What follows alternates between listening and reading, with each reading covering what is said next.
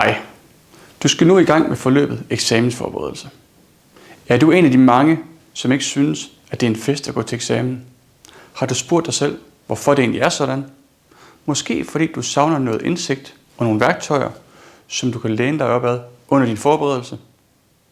Vi vil sammen komme igennem metoder og teknikker, så du ved slutningen af dette kursusforløb faktisk føler dig mentalt og praktisk rustet til at gå til eksamen. Vi vil gennemgå, hvad god forberedelse er, hvad den gode forberedelse egentlig omfatter, samt hvordan du kan forberede dig bedst muligt til eksamenssituationen.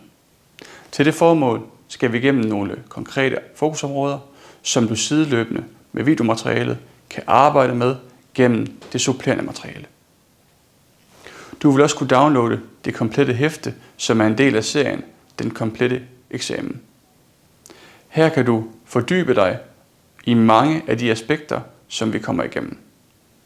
Husk, at eksamen er uundgåelig, men dit mindset og din forberedelse er noget, du faktisk kan kontrollere. God fornøjelse med forløbet.